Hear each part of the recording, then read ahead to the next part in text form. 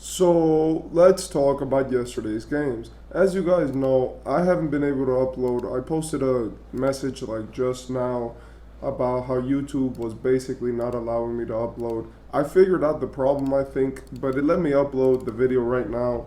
And so I'm making another one because since I missed yesterday, yes, like today's video was supposed to go out yesterday. So since it didn't go out yesterday, there's basically like a gap that would be formed where my videos would be coming out a day late. And if that's the case, then I would be talking about yesterday's games tomorrow, basically. So it was like I would be talking today. You guys would see this video, the one I'm recording right now, tomorrow, which would mean that you guys would receive information which already happened yesterday, like 2 day old information. I'm not explaining this correctly, but I just hope you guys understand. Two videos today. Also, that since I went basically 4 days without uploading, I feel like I owed it to you guys. And that's basically why, I was gonna make up for the lack of uploads and start uploading two a day. But because of the things that happen with YouTube and the way that this is structured, I'm just gonna make this video and then I'll go back to the regular schedule of one a day.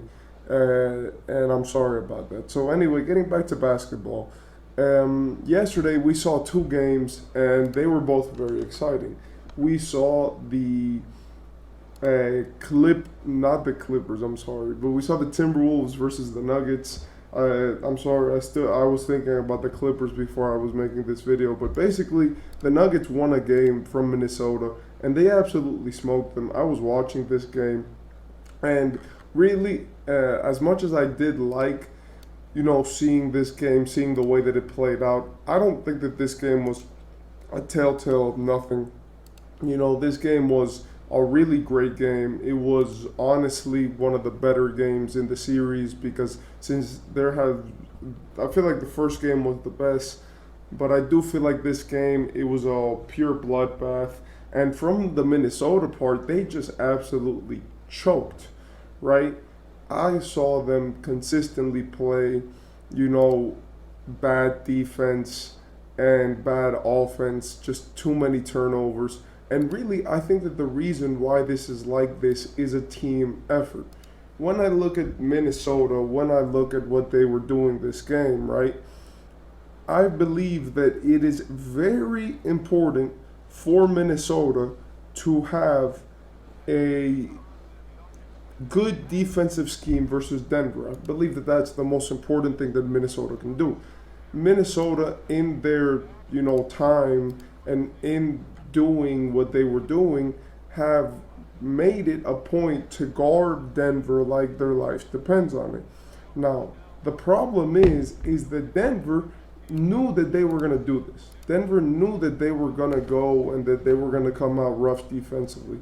So what they did was that they were forcing these switches where they were having, Aaron Gordon screen. Instead of Jokic, they were having Aaron Gordon screen for Jamal Murray. And they were getting so many open shots this game, it wasn't even funny.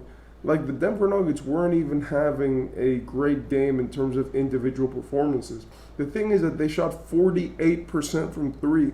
And on the defensive end, they were suffocating the Minnesota Timberwolves, which looked like they couldn't even get a shot up without doing some crazy things. The Minnesota lineup got completely neutralized as we saw Anthony Edwards, Mike Conley, Towns, and basically the entire starting lineup in the bench. Like, the person who scored the most points was Anthony Edwards with 19 on bad efficiency.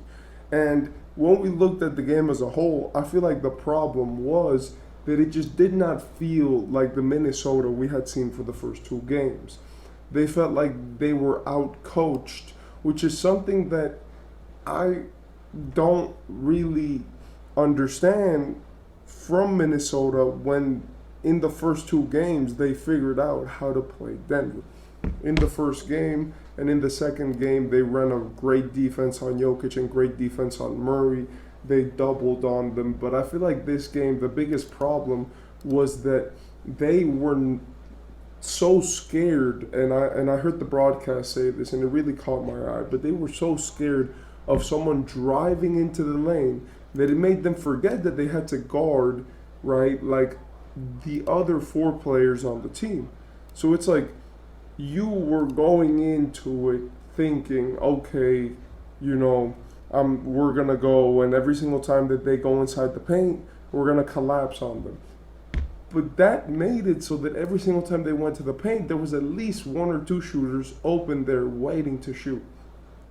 In my opinion, this was a huge problem for Minnesota, and that is what cost them the game, as Denver made 14 three-pointers, right? And out of those 14 three-pointers, that was 42 of their points. And that doesn't include what Jamal Murray and Nikola Jokic are going to do inside of the painted area. I also feel like a lot of their role players and their guards finally figured out what the Minnesota defense was doing. A big thing of the Minnesota defense is their length. And I feel like switching is something, like switching everything is a type of style which the Minnesota is very comfortable with. But when you have Karl Anthony Towns picking up Jamal Murray, Karl Anthony Towns has to make a decision. Do you either sag off of Murray in the three-point line and expect him to drive, or do you press up on him and allow him to score? That is a really big decision, and it is what cost him the game, as Jamal Murray had the best game of the series, well, the best game he's had in the series, with 24 points, 5 assists, and 4 rebounds on good shooting, especially from the field. Now, Nikola Jokic, obviously I want to shout him out. He had a damn near 24-point triple-double. Great game from Jokic, but you can expect Jokic to always have a good game and always maintain himself well. Now, for this Pacers and New York game, I feel like the biggest thing for them was offense. We saw the New York Knicks incorporate more people in their normal six-man rotation. We saw them kind of bend to the pressure and actually, sit Josh Hart down, maybe make Dante DiVincenzo not play 48 minutes. And this was a game where I feel like you see the weaknesses that New York has on their offense. The Indiana Pacers are not the best defensive team. But in this game, it was obviously a point that they were gonna win, right, by scoring. And I said this last video. The sad thing is that I came out today, but I said this, like, Indiana is an offensively gifted team, defensively challenged, and New York is a defensively gifted team, offensively challenged. And that's going to be something that in Indiana, it's going to affect a lot. Tyrese scored 35, Pascal Siakam scored 26, Miles Turner scored 21, and they did this on great shooting, or at least on above average efficiency. But the problem is that New York managed to put up 106 points.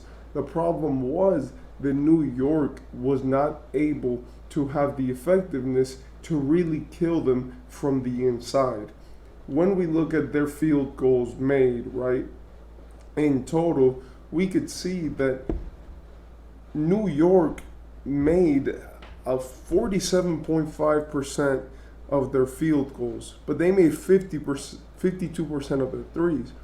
They were shooting lights out. The problem was that they couldn't get it going inside.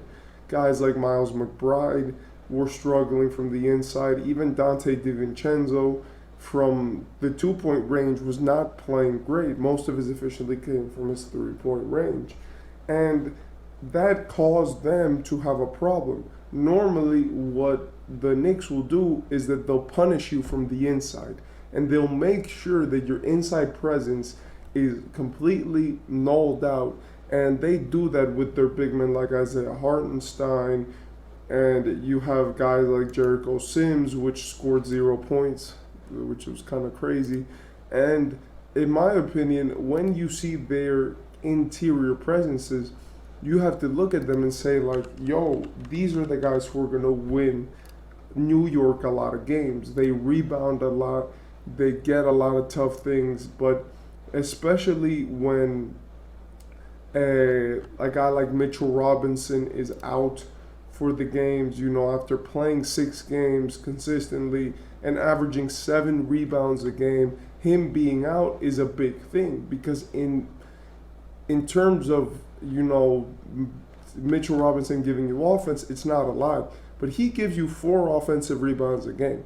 And losing a player like that is really hurting what the Knicks did.